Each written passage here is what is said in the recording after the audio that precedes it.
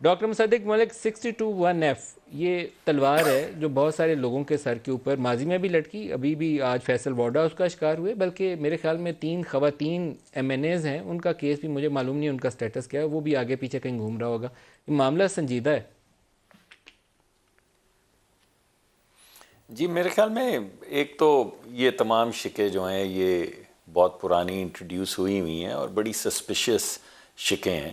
میں سمجھتا ہوں ان شکوں کو ہمیں ریوائز کرنا چاہیے اور دوبارہ سے ایک نئے سرے سے ایک ایسی اس میں ترمیم کرنی چاہیے کہ یہ کسی کے بھی خلاف استعمال نہ ہو سکے۔ ہاں بددیانتی اگر واقعی مٹیریل بددیانتی ثابت ہوتی ہے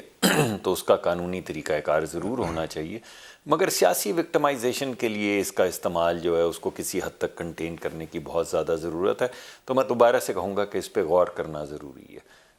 دوسری بات میں یہ کہوں گا کہ اگرچہ اور فیصل باوڑا صاحب کچھ پیرامیٹرز آج تو وضع کرنے ڈسکوالیفائی پڑیں گے ہوئے سر۔ ہیں، لیکن میں یہ سمجھتا ہوں یہ جی کہیے سوری